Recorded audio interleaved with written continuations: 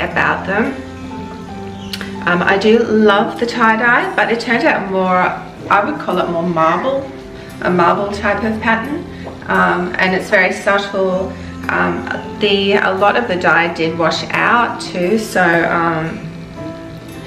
because if you remember and you look back to when I actually were taking the rubber bands out just before I washed them and soaked them, it was very bright, and when I washed them and after I'd soaked them, the dye seemed to run more through the whole lot of fabric. But I mean, I don't mind it myself. I like it like that. I think it's really pretty.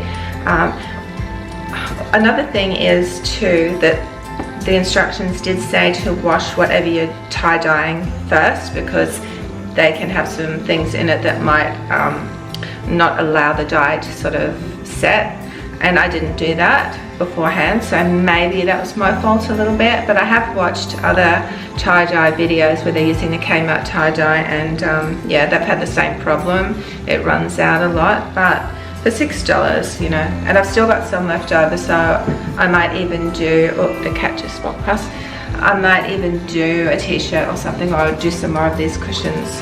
Yeah. So also the printing I was really pleased with. So they were the Kmart stencils and the Kmart fabric paint. I read up about with the fabric paint, if you have to set it with heat, because I'd heard of that before, and I did set it on a medium to high heat. I put some fabric on top and ironed over it for about just 3 to 5 minutes, and that sort of, it smooths it out somehow, like it just sort of makes it feel like it's more part of the fabric. Yeah, so I'm really pleased.